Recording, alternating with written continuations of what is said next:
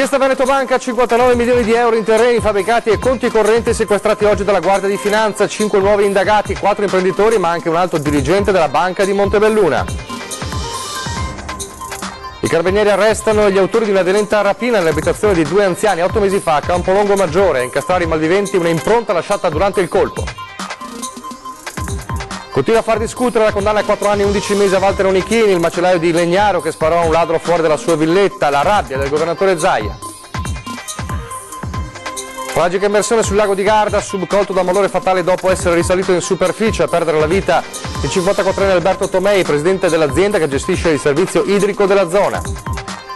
Il caso del sindaco medico trevigiano che ha aiutato un amico a morire, il direttore sanitario dell'Advar dice ha fatto bene, d'accordo anche Donaldo Danieli, uno dei sacerdoti più noti della Marca. La strage di Piazza della Loggia a Brescia, condannato all'ergastolo ed estradato, è giunto oggi in Italia dal Portogallo il padovano Maurizio Tramonte. Presentata a Roma Noi con l'Italia, nuova coalizione di centrodestra, già definita la quarta gamba del centrodestra, a fondarlo tra gli altri i veneti Tosi e Zanetti. Lo storico e critico d'arte a Mestre per l'inaugurazione di Venice Art Gallery, nuova realtà culturale della terraferma. Qui, dice Sgarbi, c'è meno malinconia che a Venezia. Telespettatori di Antena 3, buonasera e ben ritrovati. L'edizione veneta dei nostri telegiornali si apre, tornando a parlare di Veneto Banca, non però delle audizioni, quanto di un nuovo colpo di scena nell'inchiesta Veneto Banca. L'hanno chiamata Operazione Prosecco, gli uomini della Guardia di Finanza di Roma, che ha portato a sequestrare beni per 59 milioni di euro e a 5 nuovi indagati. Nuovo colpo di scena e nuovi imputati per il fallimento di Veneto Banca. Su ordine della Procura di Roma, oggi la Guardia di Finanza ha messo i sigilli su 11 fabbricati, diversi terreni, auto di lusso e conti correnti riferiti a 4 imprenditori ma anche a un dirigente della Banca di Montebelluna. Il tutto per un valore complessivo di oltre 59 milioni di euro. Al di là dei beni congelati, in attesa del giudizio in tribunale, la vera novità è il coinvolgimento di altri responsabili della banca, oltre all'amministratore delegato Vincenzo Consoli.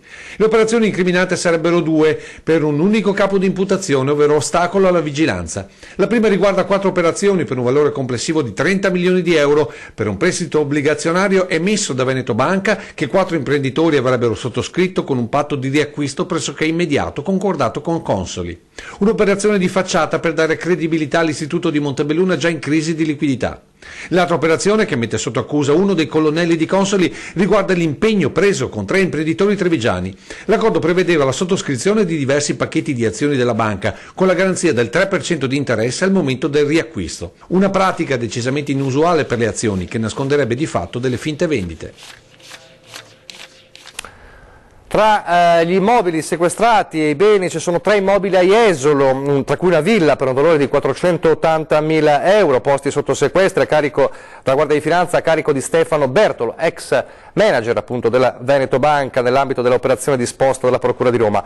Oltre alla villa, i finanzieri del nucleo di polizia tributaria hanno posto i sigilli a un negozio e una parte di multiproprietà nel Golf Club di Jesolo, sempre intestati a Bertolo, ex responsabile della centrale amministrazione di Veneto Banca. L'uomo è coinvolto, come abbiamo sentito nel servizio, nell'inchiesta romana sull'istituto esclusivamente per l'ipotesi di ostacolo alle funzioni di vigilanza. Gli altri sequestri, si è appreso, hanno riguardato invece imprenditori, alcuni con passati incarichi nel CDA di Veneto Banca, proprietari di immobili a Milano, Torino e Bergamo. Si tratta di Flavio Marcolin, Gianclaudio Giovannone, Mosè Fagiani e Pietro Dagui, anch'essi coinvolti per ostacolo alla vigilanza. Ed ora parliamo di un'operazione dei carabinieri che ha permesso, dopo 8 mesi di indagini, di arrestare, di bloccare i responsabili di una violenta rapina che era avvenuta a Campolongo Maggiore nel veneziano, vittime 2 anziani. Siamo partiti da un'accurata attività di sopralluogo svolta dal nucleo investigativo che ha consentito di reperire nell'immediatezza un'impronta digitale e attraverso la collaborazione del RIS di Parma è stato possibile dare un'identità certa almeno a uno dei rapinatori. Un 47enne di Cittadella incastrato dalla sua stessa impronta rilevata sullo stipite interno della porta dell'abitazione, in cui insieme ad un complice lo scorso 15 aprile sono entrati per rapinare una coppia di anziani residenti a Campolongo Maggiore. Dopo circa 8 mesi i carabinieri del nucleo investigativo di Venezia e di Chioggia li hanno arrestati. Dopo l'arresto del cittadino italiano identificato, il 47enne italiano pregiudicato, è stato possibile, grazie alla sua collaborazione, ad addivenire alla conoscenza di un secondo complice che lui chiamava in correità, un 32enne rumeno, anch'egli pregiudicato. Quel giorno i due avevano suonato facendosi aprire con il pretesto di chiedere delle indicazioni stradali, poi l'irruzione a volto scoperto, colpendo la donna alla testa col calcio della pistola e chiudendo il marito nel bagno. Avevano rovistato alla ricerca di denaro trovando dei contanti sotto il materasso e circa 30.000 euro nel sottotetto, andando quasi a colpo sicuro, anche se ora è tutto da verificare. Il sospetto c'è, stiamo lavorando anche in questa direzione nella speranza di comprendere se effettivamente avessero o meno degli altri complici che fossero a conoscenza di questa somma. Allo Stato appare una mera casualità, ma non possiamo escludere il contrario. Due anziani, una coppia di anziani coniugi furono vittime di quel brutale assalto in casa. Nei giorni successivi raccogliemmo la loro testimonianza, le loro parole di rabbia e di paura in riferimento a quegli attimi di puro terrore. Allora riviviamo insieme quelle parole. C'era uno, si vede nell'angolo della casa, è venuto dentro, mi ha tappato la bocca, mi ha puntato la pistola, mi ha rotto la testa. Momenti di angoscia e terrore per l'anziana coppia di coniugi che lo scorso 15 aprile ha aperto ingenuamente la porta ai due malviventi, che di lì a poco gli avrebbero fatto vivere alcuni dei momenti peggiori della loro vita. È venuto giù, quello magro, che avrà avuto sui 23 anni, 22-23 anni, è scappato, però quello dietro di me non l'ho visto perché era a spalle, ha rovesciato tutto e ha portato via. Rubati i risparmi di una vita. Reagire sarebbe stato impossibile anche se il signor Giuseppe avrebbe voluto. Se se buona pistola di scarsea che ha avuto sopra, tiriamo fuori la pistola che non è una pistola. Così disse l'anziano che era stato picchiato e rapinato dai due banditi, e se avessi avuto una pistola sparerei. Un'azione che è stata eseguita suo malgrado nel 2013 da Walter Onichini in quella notte terribile che ha segnato la sua vita. Perché come sapete ieri è stato condannato a 4 anni e 11 mesi dal Tribunale di Padova in primo grado per tentato omicidio, una sentenza che fa discutere, che ha aperto un dibattito. Sentiamo l'intervento oggi del governatore Luca Zaia. È imbarazzante pensare che una persona in casa propria durante un'aggressione non possa difendersi. 4 anni e 11 mesi di carcere più un risarcimento al ladro di 24.500 euro, la sentenza con il quale il Tribunale di Padova ha condannato Walter Onichini per aver sparato e ferito un ladro fuori dalla sua villetta di Legnaro non poteva certo passare inosservata. È una sentenza che genera polemiche e accende discussioni anche a livello nazionale. Lo chiami dibattito, io dico che siamo davanti a situazioni imbarazzanti, non do colpe alla magistratura ma le do al Parlamento, perché il Parlamento potrebbe riunirsi anche in queste ore a costi zero, potrebbe inasprire le pene, darci la certezza della pena, introdurre la legittima difesa e dar modo alle forze di polizia di poter esercitare le loro funzioni e magari ogni tanto manettare, usare il manganello se serve e non girare con il karateo. Ecco, tutte queste cose si possono fare a costi zero. Tra chi ha manifestato solidarietà al macellaio di Legnaro davanti al Tribunale, la sentenza di Padova appare come una legittimazione del furto. L'avvocato di Walter Onichini, Ernesto De Toni, ha ricordato come, a differenza del suo assistito, che si trovava in aula a rispondere delle proprie azioni, il ladro, che è stato condannato a risarcire, al momento si trova in Albania. Ancora la cronaca con la tragedia venuta nel pomeriggio sul lago di Garda, dove un sub si è immerso nelle acque appunto del lago, ma una volta riemerso è stato colto da un malore ed è morto. E si tratta di Alberto Tomei, 54 anni, figura nota tra l'area gardesana e il Trentino, in quanto presidente di AGS, l'azienda Gardesana Servizi, che gestisce il servizio idrico integrato in 20 comuni del Val d'Ogarda e in parte della Val d'Adige nel Veronese. Tomei è stato stroncato da un malore che l'ha colpito dopo aver concluso appunto una immersione nel lago di Garda a Torri del Benaco a Verona. Il manager era un appassionato subacqueo e subito soccorso è stato portato in camera iperbarica, ma è morto poco dopo. Dal 2008 presidente di AGS, era il quarto mandato ai vertici dell'azienda Gardesana Servizi. Allora torniamo a parlare della quella intervista a confessione ai nostri microfoni che ha fatto discutere, ha aperto un nuovo dibattito sulla legge del biotestamento, le parole del sindaco trevigiano Riccardo Szumski, che nella vita è anche medico e che ha raccontato di aver aiutato un amico a morire. Noi oggi siamo andati a sentire la reazione di un medico che è il direttore sanitario di Advar, ma anche la reazione di un sacerdote. Sentiamo. Ho aiutato un amico a morire, ha suscitato clamore e una pioggia di reazioni la missione fatta ai nostri microfoni del sindaco di Santa Lucia di Piave e medico di famiglia Riccardo Szumski di aver praticato un anno fa la sedazione profonda su un paziente ormai alla fine per aiutarlo ad andarsene. Dall'Advar, che si occupa quotidianamente di garantire un fine vita dignitoso, il direttore sanitario Antonio Orlando commenta così quella decisione. Positivamente, nel senso che si è fatto carico di una situazione di sofferenza dell'ammalato che è doveroso, considerare questa pratica, questa sedazione, che vuol dire praticamente indurre il sonno. Da un medico a un sacerdote la valutazione non si sposta di molto. Io credo che se ha degli strumenti per sedare il dolore possa intervenire, così penso io. E direi quasi che debba intervenire avendo degli strumenti e dei mezzi che una volta magari non c'erano e che adesso ha a disposizione. Consentire a un malato terminale di andarsene dormendo non significa certo eutanasia, pratica a cui Donaldo non può che essere contrario. Noi la vita l'abbiamo ricevuta come un dono e il dono lo dobbiamo tenere e conservare. Di eutanasia non parla la legge sul biotestamento appena approvata, una buona legge, dice il direttore sanitario dell'Advar, che però non dà tutte le risposte. Non è una legge che risolve i problemi del fine vita, però dovrebbe fare in modo di evitare quelle situazioni della Eluana Englaro. Non dà una risposta a situazioni tipo DJ Favo, per esempio.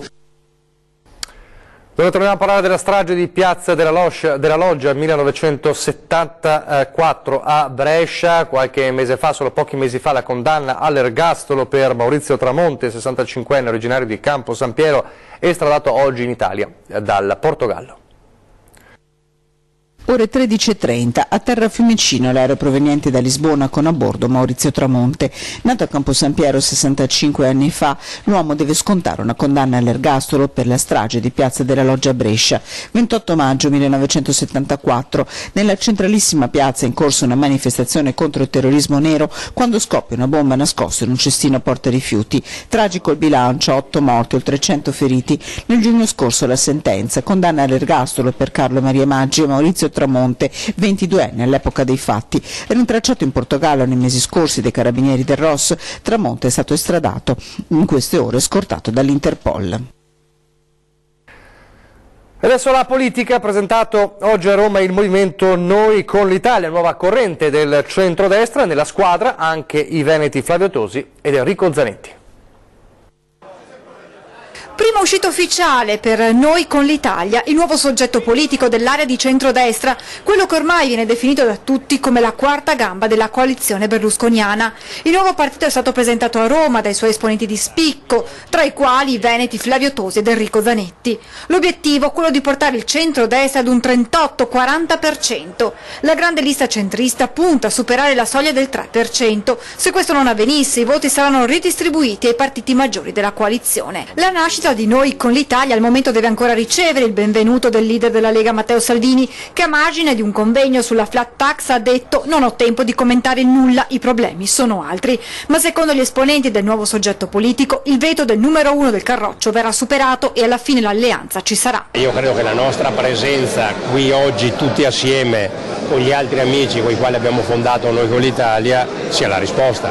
Cioè, noi siamo un soggetto politico, non siamo persone singole e quindi non ci possono essere veti, come noi non ne porremo. Anch'io potrei dire non voglio Salvini nella coalizione perché lui mi ha espulso dalla Lega ingiustamente, però vado oltre. Però una formazione politica già stroncata in partenza, ad esempio da una vecchia conoscenza di Flavio Tosi, ovvero il segretario regionale del Carroccio, Gian Antonio Darè, ieri nel corso della puntata di Ring. Sentiamo le sue parole. E della quarta gamba che dice? Accetterete Tosi alla fine? La quarta gamba io lo spezzerei.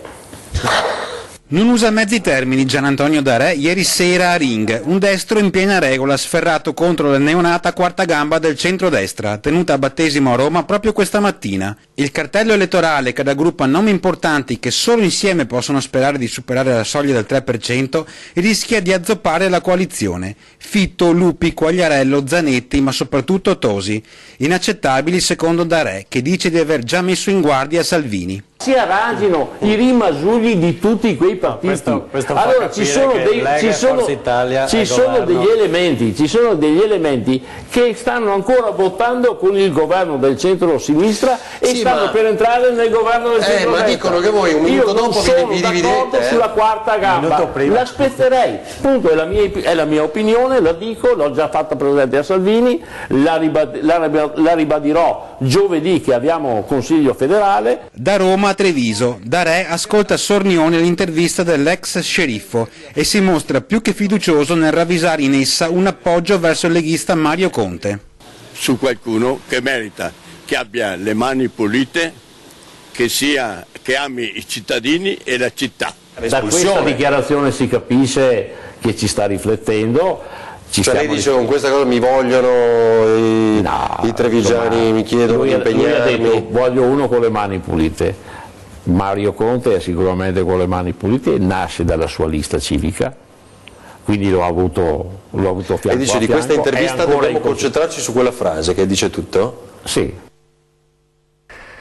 Dalla politica torniamo alla cronaca con il filo di un ricatto hard che corre da Belluno a Treviso. Si è fatto consegnare 100.000 euro per non diffondere le immagini degli atti sessuali compiuti da un ottantenne a cui aveva chiesto l'amicizia su un social network. Un 19enne di origini nordafricane, residente nella Marca, è stato arrestato dai carabinieri del nucleo investigativo di Belluno con l'accusa di estorsione aggravata nei confronti di un pensionato residente proprio nel bellunese. La richiesta d'amicizia a metà 2016, qualche mese più tardi, carpita ormai la fiducia dell'anziano, il ragazzo è riuscito a realizzare alcuni scatti compromettenti dell'ottantenne e tenendolo sotto ricatto in 9 mesi si è fatto consegnare fino a 100.000 euro. All'ennesima richiesta di denaro, altri 3.000 euro, il pensionato si è finalmente rivolto alle forze dell'ordine che al nuovo passaggio di denaro hanno arrestato il ragazzo rinchiudendolo poi nel carcere di Belluno. Ora una notizia di rettifica in merito a un servizio che abbiamo mandato in onda ieri, in quale si parlava, ricorderete, dell'operazione della DIA, Direzione Investigativa Antimafia a Padova, in una parte della barchessa di Villa Molin. I proprietari di Villa Molin si dissociano dagli eventi che riguardano il sequestro di parte della barchessa, unica parte di proprietà del signor Donofrio, che era il pregiudicato coinvolto nell'inchiesta e nell'indagine al blitz della Direzione Investigativa Antimafia. Sono totalmente estranei all'inchiesta, dicono i proprietari di Villa Molin, e precisano che la villa continua come sempre a lavorare quale sede di pregio per eventi e matrimoni e dunque nulla a che fare con l'operazione della DIA. Adesso una breve pausa pubblicitaria.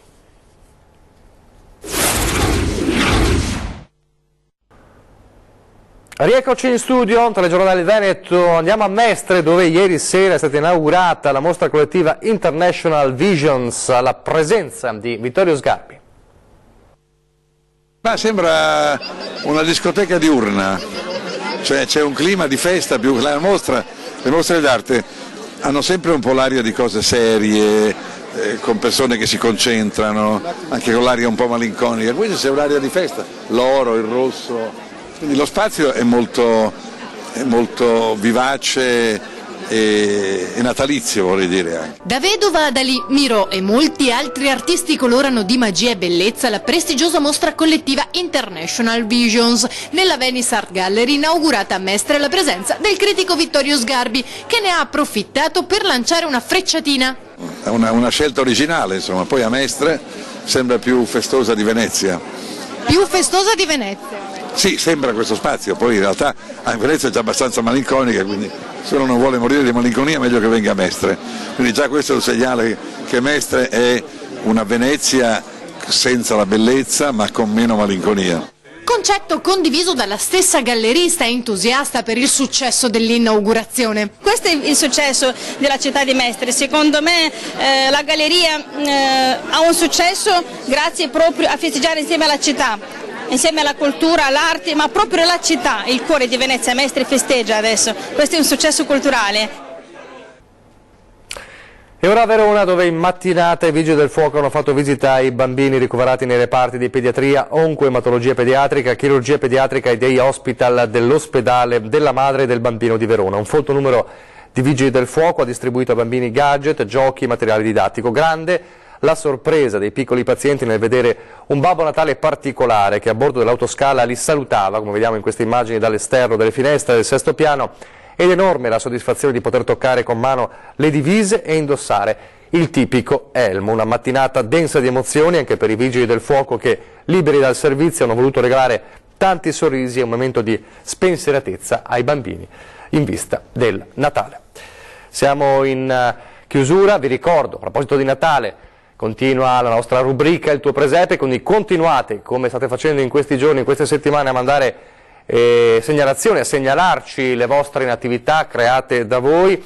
Se volete che veniamo a casa vostra a riprenderle, potete lasciare un messaggio in segreteria telefonica allo 0422 023 0898, oppure scrivere una mail a redazione@antena3.it, oppure se voi stessi volete realizzare un video della vostra attività potete farlo mandando il video a 351 175 5340, che è il numero di WhatsApp.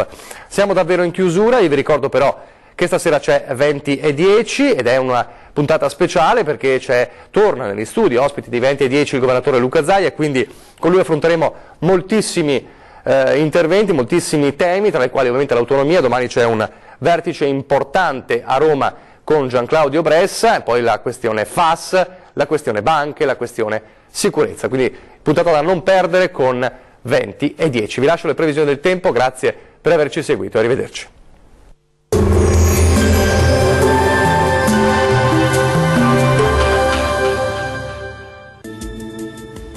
Ben ritrovati al meteo di Antenna 3. Si mantiene buono il tempo sulle nostre regioni. La giornata di mercoledì 20 dicembre sarà caratterizzata dal sole. Nel dettaglio, sul Veneto prosegue il bel tempo sulla nostra regione. Il cielo si presenterà sereno o poco nuvoloso. Da segnalare soltanto la possibilità di qualche foschia mattutina tra Veronese, Padovano e Rodigino.